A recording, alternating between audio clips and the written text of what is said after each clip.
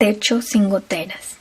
La mayoría de nosotros solamente habla acerca de la práctica sin haberla realmente llevado a cabo. Esto es como el hombre cuyo techo tiene una gotera en un lado, por lo cual duerme en el otro lado de la casa.